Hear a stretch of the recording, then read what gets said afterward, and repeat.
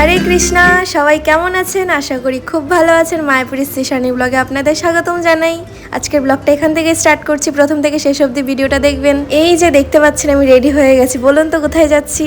এখন আমি যাব মন্দিরে, কারণ আজকে হচ্ছে শনিবার, আমাদের মায়াপুর গার্লসের কীর্তন আছে, তার জন্য আমি রেডি হয়ে গেছি। ওই দিক থেকে মাতাজিরা সবাই চলে আসবে, আমিও বেরিয়ে গেলাম। এই যে সাইকেল নিয়ে, সাইকেল চালাতে চালাতে মন্দিরের দিকে যাচ্ছি, তার সাথে আবার ভিডিও করছি। বলুন তো কত সাহস আমার, এক হাতে সাইকেল এক হাতে ভিডিও, কখন জানি হাত থেকে পড়ে যায় সেই ভয়। শাড়ি পরে সাইকেল চালাচ্ছে, আর নিচে যে ছায়া আছে তা তো অনেক ভারী, তার উপর এই শাড়িটা উড়ে চলে যাচ্ছে, এক হাতে আর সামলাতেই পাচ্ছি না সাইকেল চালিয়ে। আজকে তো ভীষণ আনন্দ হচ্ছে, কারণ অনেক দিন পর কীর্তন করছি। গত সপ্তাহে আমাদের কীর্তন হয়নি, কারণ জগন্নাথের রথ ছিল, তার জন্য আমাদের কীর্তনটা হলো না, তাই অনেক দিন পর আজকে কীর্তনে বসবো। তখনই মাতাজি গ্রুপে আমাদের SMS করে বলে দিল যে আজকে আমাদের কীর্তন সেই 5:45 থেকে শুরু হবে, তার আগে একজন কীর্তন করবেন প্রভু, তার জন্য আমাদেরটা আর হবে না, হয়তো সবাই কীর্তন করতে পারবো না। আর মন্দিরে এসে দেখি নৃসিংহদেবের অভিষেক হচ্ছে, আমি তো নিজেই জানি না আজকে অভিষেক করাচ্ছে। আসলে মায়াপুরে মাঝে মধ্যে নৃসিংহদেবকে অভিষেক করানো হয়। আমি যখনই দেখলাম অভিষেক করাচ্ছে, আমি দৌড়ে গিয়ে দর্শন করতে যাচ্ছিলাম। এত ভিড় ছিল, এত ভক্ত ছিল সামনে। এই যে দেখুন কত ভক্ত সামনে বসে আছে। আমি ওই পিছে থেকে একটু দাঁড়িয়ে একটু ভিড়ের মধ্যে একটু ভিডিও করছিলাম। তারপরে দেখুন এই যে অভিষেক করাচ্ছে, কত ভালো লাগছে। নৃসিংহদেবকে মাঝে মধ্যে এরকম স্নান করানো হয় ঠান্ডা করার জন্য, কারণ প্রচুর গরম এই সময়টাতে। বারবার করেই নৃসিংহদেবকে কিছুদিন পর পর স্নান করানো হয়। আজকে নৃসিংহদেবের অভিষেক হচ্ছে বলেই আমাদের আজকে কীর্তনটা হয়তো হবে না, কারণ হচ্ছে আমাদের 5টা থেকে কীর্তন থাকে, সেই জায়গায় আজকে বলেছে 5:45 থেকে 6টা অবধি।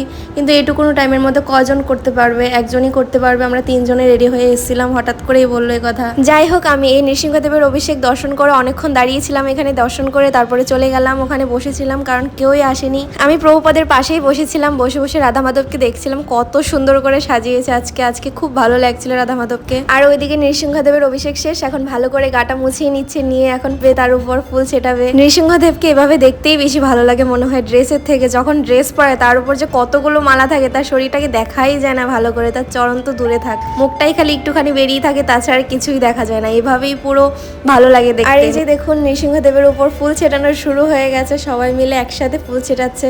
আমি তো পিছনে দাঁড়িয়েছিলাম, ভালো করে দেখতেও পারিনি, সামনেও যেতে দিচ্ছিল না, বাট দেখতে পেরেছি যতটা অনেকটাই। আর পাশে দেখুন সিকিউরিটি প্রভু হেলান দিয়ে দিকে ধাক্কা দিয়ে দেখছে, উনি তো ওখানে ডিউটিতে ছিল তাই দেখতে পাচ্ছিল না, এখান থেকে দেখছিল। আর নৃসিংহদেবের অভিষেক পর্যন্তই ওই প্রভুর কীর্তন ছিল, তারপর ওনার পর আমরা বসে গেছি কীর্তনে। এই যে দেখুন মায়াপুরের মেয়েরা কতজন মিলে বসে কীর্তন করছে। ফার্স্টে আমাকেই দিয়েছে, যেহেতু টাইম খুব কম, আমাকে বলা হয়েছে শুধু 10 মিনিট করার জন্য, তাই আমি 10 মিনিট করেছি, মাতাজি করেছে। দুজনই শুধু টেনে টুনে করতে পেরেছি, কারণ সময় তো খুব কম ছিল। আর যে দিদিটা এসছে অনেক দূর থেকে এসেছিল, কিন্তু দিদি কীর্তন করতে পারেনি, মনটাও খারাপ লাগছিল।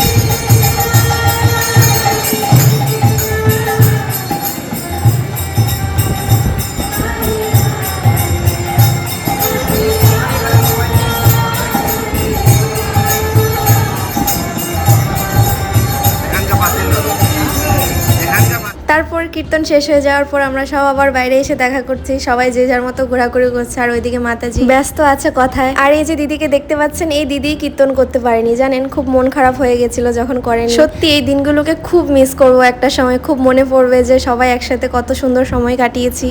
আর এখন চলে যাব গুরু মহারাজের সমাধিতে। গুরু মহারাজের সমাধিতে 3 দিন ধরে অনুষ্ঠান হচ্ছে, তাই ওখানে দর্শন করতে যাব। আর এখানে দেখুন কত ভিড়, আজকে শনিবার রবিবার করে সবসময় মায়াপুরে এরকম ভক্তদের ভিড় থাকে। আর এখানে বিদেশিরা কীর্তন করছে বলে সবাই গোল করে দেখছে, বাইরের ভক্তরা, বিদেশিরাই সবকে ভালো প্রচার করছে, আমরা বাঙালিরা কিচ্ছু করতে পারছি না। আমি সত্যি নিজেকে অনেক ধন্য মনে করি যে আমি মায়াপুর ধামে আছি, মায়াপুর ধামে থাকতে পারছি। জানি না মহাপ্রভু আমাকে কতদিন রাখবেন, কিন্তু খুব ইচ্ছে এখানে আমি যাতে সারাটা জীবন থেকে যেতে পারি। আর এই যে সমাধিতে চলে এসেছি, কত লোকের ভিড় আপনারা দেখুন, এখানে প্রসাদের লাইন, এখানে ভেতরে অনুষ্ঠান হচ্ছে, আমি একটু দর্শন করব। আর সমাধির ভেতরেও প্রচুর ভিড়, আমাদেরকে সামনে যেতেই দেয়নি ভেতরের দিকে, দিকে, কারণ গুরু মহারাজ আসবেন, জয়পতাকা স্বামী গুরু মহারাজ আসবেন, তার জন্য এখানে কাউকে ঢুকতে দিচ্ছে না, সবাই সাইডের দিকেই বসে আছে। আর এদিকে ভক্তিপ্রেম স্বামী গুরু মহারাজ আসছেন, কারণ জয়পতাকা স্বামী গুরু মহারাজ আসবেন তাকে স্বাগত জানানোর জন্য উনি এখানে আসছেন। আর দেখে খুব ভালো লাগছিল গুরু মহারাজকে। যতবার মায়াপুরে আসেন গুরু মহারাজ সবসময় ওনার সাথে দেখা হয়, কথা হয়, কিন্তু আজকে আর কথা হয়নি, কারণ অনেকটা দূরে দাঁড়িয়েছিলাম, সিকিউরিটিরা সাইড করে দিচ্ছিল যেহেতু গুরু মহারাজ আসবেন তার জন্য। আর এই যে দেখুন জয়পতাকা স্বামী গুরু মহারাজ চলে এসছে, সবাই কত খুশি গুরু মহারাজ এখানে এসছে। আর ওনার শরীরটা এতটা খারাপ, উনি এত শরীর খারাপ নিয়ে প্রচার করছেন শুধু। তারপর গুরু মহারাজ ভেতরের দিকে চলে গেলেন, এই যে ভক্তরা সব পেছন পেছন করে যাচ্ছে। আর এখানে সব কিছুর আছে গ্রন্থ, গুরু মহারাজের ফটো, সব কিছু এখানে পাওয়া যায়। তারপর আমরা ভেতরের দিকে গিয়ে গুরু মহারাজকে দর্শন করেছি, সমাধি গুরু মহারাজকে দর্শন করেছি, করে বাড়ির দিকে চলে গেলাম। আজকের ব্লগটা এখানেই শেষ করছি। সবাই ভালো থাকবেন, সুস্থ থাকবেন। নেক্সট ভিডিওতে আবার দেখা হবে আপনাদের সাথে। হরে কৃষ্ণা।